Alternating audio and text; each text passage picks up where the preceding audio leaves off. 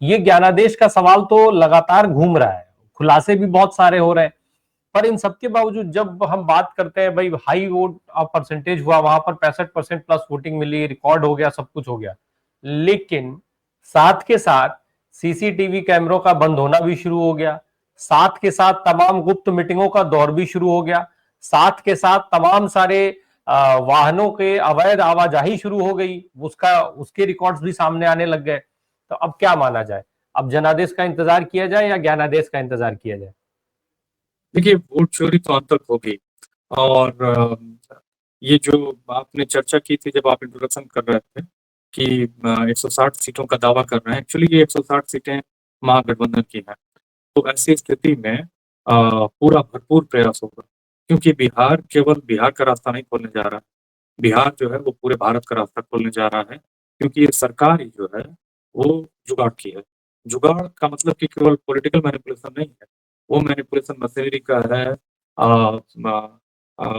जो प्रशासन है उसका है, और ये बहुत बड़े बड़े लेवल का जुगाड़ है। गुजरात में आपने तमाम तरह की चीजें देख पहले ही देखी हैं कि किस तरह से वहां पर सब कुछ मैनेज किया गया। वो एक मॉडल था। इनफैक्ट वो एक ऐसे गवर्नेंस का मॉडल था जो नेगेटिव गवर्नेंस है, लेकिन लोगों ने उसको पॉजिटिव लिया, क्योंकि लोग समझ नहीं पा सकते थे या समझ नहीं पाए। तो फिलहाल वही मॉडल है और पूरे देश में लागू हो चुका है। मैनिपुलेशन होगा, जगह जगह बातें आ रही हैं कि श्रेडर का उपयोग किया जा रहा है, अपने आवास खाली कर रहे हैं लोग, जो कागज हैं उसको जला रहे हैं। बीजेपी के ही नेता ने बड़े घोटाले का आरोप लगाया है, जो एनर्जी घोटाला है, जिसमें उन्होंने कई हजार करोड़ रुपए के घोटाले की बात कही है। वो श्रेडर एक मशीन होती है, इसमें कागजों के टुकड़े किए जाते हैं। कई जगह वीवीपैट की पर्चियां जो है वो कूड़े में मिल रही हैं। मंत्री अपने आवास खाली कर रहे हैं, जा रहे हैं। अब लोगों को ये मालूम हो चुका है। रही बात ओपी राजभर की बात जो आपने चर्चा में कही, उस पर मैं एक टिप्पणी करना चाहूंगा कि वो जिस तरह के नेता हैं, बेसिकली उनका कोई लेना देना नहीं बिहार के चुनाव से, लेकिन उसकी आड़ में वो उत्तर प्रदेश में जो उनकी निगोसिएशन है उसको वो बीच बीच में टिप्पणी करके बढ़ाना चाहते हैं, क्योंकि उनका कोई खास उनको महत्व नहीं दिया जा रहा है, तो वो अपनी चीजों को कर रहे हैं। और दूसरी बात, मैं उस असदुद्दीन ओवैसी के बारे में बात कहूँ। आज एक बड़ा अच्छा स्टेटमेंट दिया है हमारे उत्तर प्रदेश के एक नेता हैं जो गाजीपुर जिले के सांसद भी हैं, अफजल अंसारी। उन्होंने कहा कि असदुद्दीन ओवैसी, गाजीपुर में केवल 8% मुसलमान हैं। एक जाति के रूप में सबसे ज्यादा उत्तर प्रदेश के गाजीपुर जिले में यादवों की आबादी है। वो वहां से उन्होंने एक बड़े नेता को हराया था, मनोज सिन्हा को, पिछली बार। इस बार उन्होंने मतलब उनके तुलना में हल्के वेट के नेता थे, तो उन्होंने कहा अफजल अंसारी ने कि जितने असदुद्दीन ओवैसी के एमएलए हैं उतने मेरे घर में एमएलए और एमपी हैं। और हकीकत भी उनके दो भतीजे एमएलए हैं अभी। और वो पसमानदा मुसलमान नहीं है, सिया समाज से आते हैं, अंसारी लिखते हैं। बहुत सारे लोगों को लगता है कि वो बैकवर्ड मुसलमान है।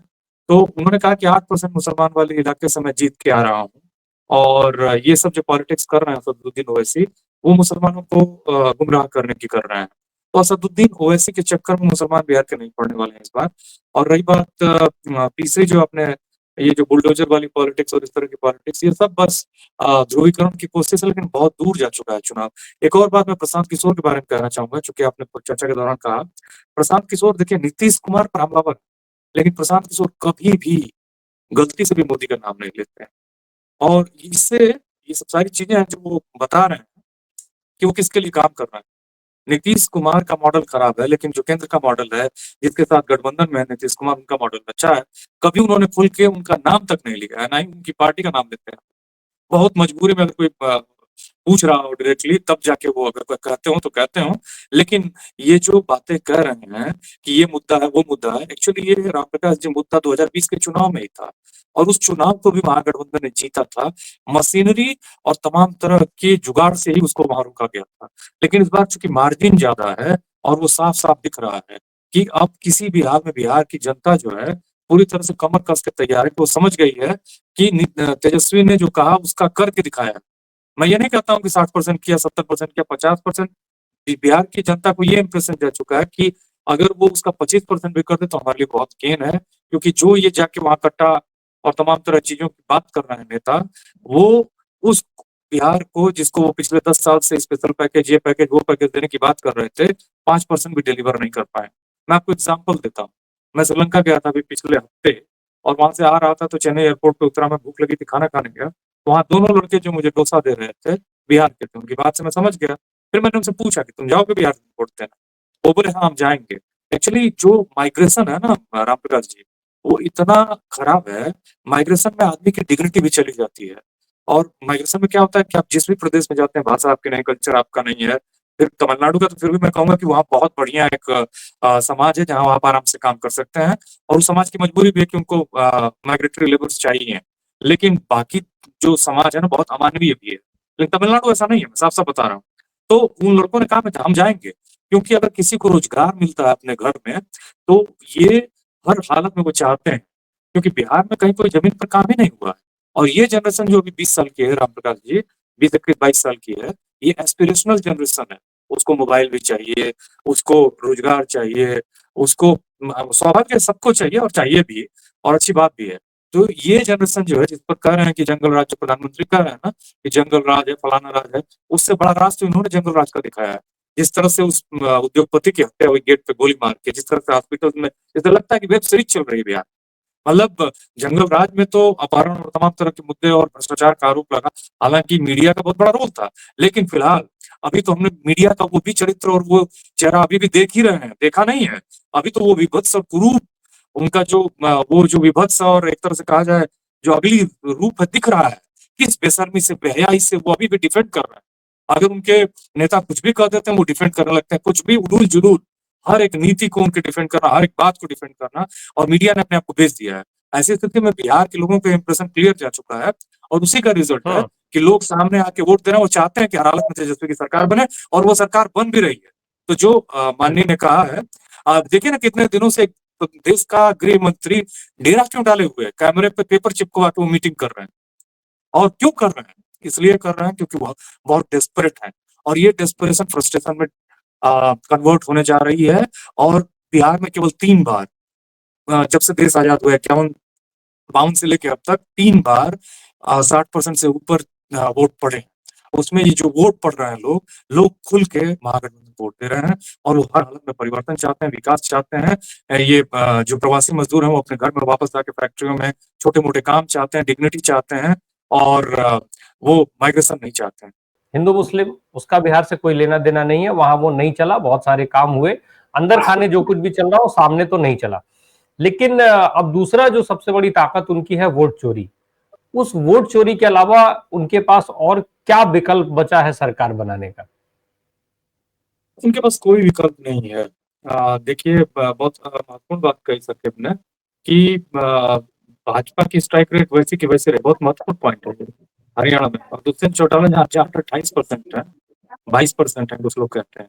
जाट बहुल क्षेत्र है, हरियाणा राज्य ही वो है।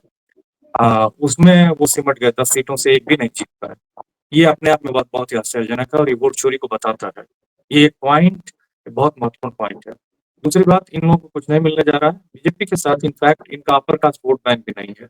उसमें भी कुछ लोग हैं, 10% वोट बैंक है, जो चाहता है कि रोजगार चाहे। और रोजगार चाहता है, वो चाहता है कि कम से कम बहुत दिनों तक देखिए वो समझ रहे हैं कि ये भी क्या ऑफर करते हैं, हिंदू मुसलमान, झूठ और तमाम तरह की चीजें कर रहे हैं। ना ही कोई नौकरियां हैं, ना ही कोई पॉजिटिव पॉलिटिक्स है, ना ही कोई पलायन पर रोक है, कोई विकास पर बातचीत है। तो इनफैक्ट मैं आपको बता रहा हूँ कि महागठबंधन को अपर कास्ट भी इस बार वोट कर रहा है और अगर लोग नाराज नहीं है नीतीश कुमार से तो खुश भी नहीं है। इसलिए नीतीश कुमार की जो ये बाद में चला है कि तीरी लालटेन है, ये सब कुछ जो उनकी जाति से जुड़े हुए लोग थे, उन्होंने अपनी अस्मिता का सवाल बनाया और उन्होंने कहा कि इसको कैसे भी, क्योंकि ये राजनैतिक अस्तित्व का सवाल था नीतीश कुमार का, और जिस तरह से बीजेपी ने उनके साथ धोखा किया है, उससे भी बदला लेने का सवाल था। तो उन्होंने इसको बहुत ही हिसाब से कंटेन किया। और मैं आपको एक और बात बता दूं कि वोट का कंफ्यूजन जो आपने सवाल पूछा था कामायनी से, वोट का कंफ्यूजन वहां होता है जहां नैरेटिव आपका क्लियर नहीं होता। भारत में ये कंफ्यूजन रहा होगा, लेकिन बिहार में ये 2020 में भी बहुत क्लियर था और 2025 में तो ये तूफान बन चुका है। कारण ये है राम प्रकाश जी कि देखिए संस्कृत में कहावत है, संस्कृतात्मा विनश्यते। नैरेटिव देखिए आप कितना लड़ रहे हैं वो महत्वपूर्ण नहीं है। बीजेपी का नैरेटिव एकदम क्लियर था कि हिंदुत्व की बात करनी है, धर्म की बात करनी है, हमको अपीसमेंट की बात करनी है, सेकुलर पार्टियों को कुछ लोग खुश कर रहे हैं उसकी बात वो पूरी मजबूती से कर रहे थे। वो धर्म को मजबूत करने की बात कर रहे थे। लेकिन जब 20 में तेजस्वी ने साफ कहा कि हम नौकरियों की बात करेंगे, उसने डिलीवर करके भी दिया, 5 लाख दिया, लेकिन उसमें कोई पेपर लीक नहीं हुआ राम प्रकाश जी।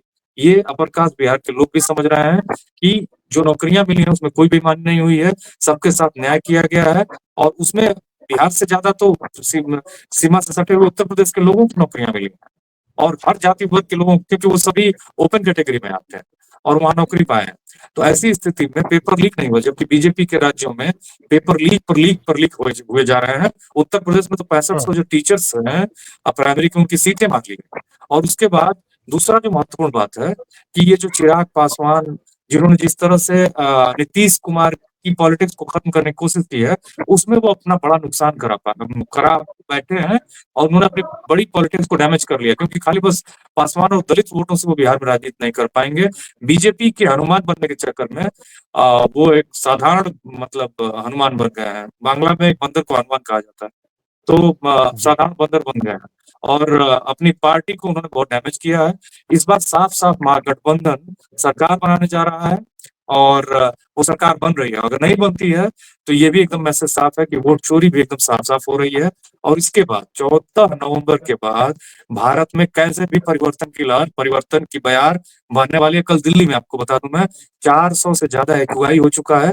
भारत में मीडिया ने इसको कोई नैरेटिव नहीं बनने दिया, मुद्दा नहीं बनने दिया। दिल्ली का हर एक वासी एंटी एलर्जी खाता है, बच्चे यहाँ निबुलाइजर ले रहे हैं, अस्थमा यहाँ कॉमन हो चुका है, लेकिन ना ही कोई आंकड़ा छपता है, ना ही कोई एडिटोरियल लिखा जाता है। कल लोगों ने प्रदर्शन किया इंडिया गेट पे, बच्चे भी जिसमें शामिल थे, उन सभी को गिरफ्तार करके ठूस दिया गया, बस में जबरदस्ती भर के जेल में डाल दिया गया। मेरा कहने का मतलब है कि डिसेंट यहाँ खत्म हो चुका है। 14 नवंबर के बाद भारत में वैसे भी हर तरफ से अब सब कुछ बदलने वाला है।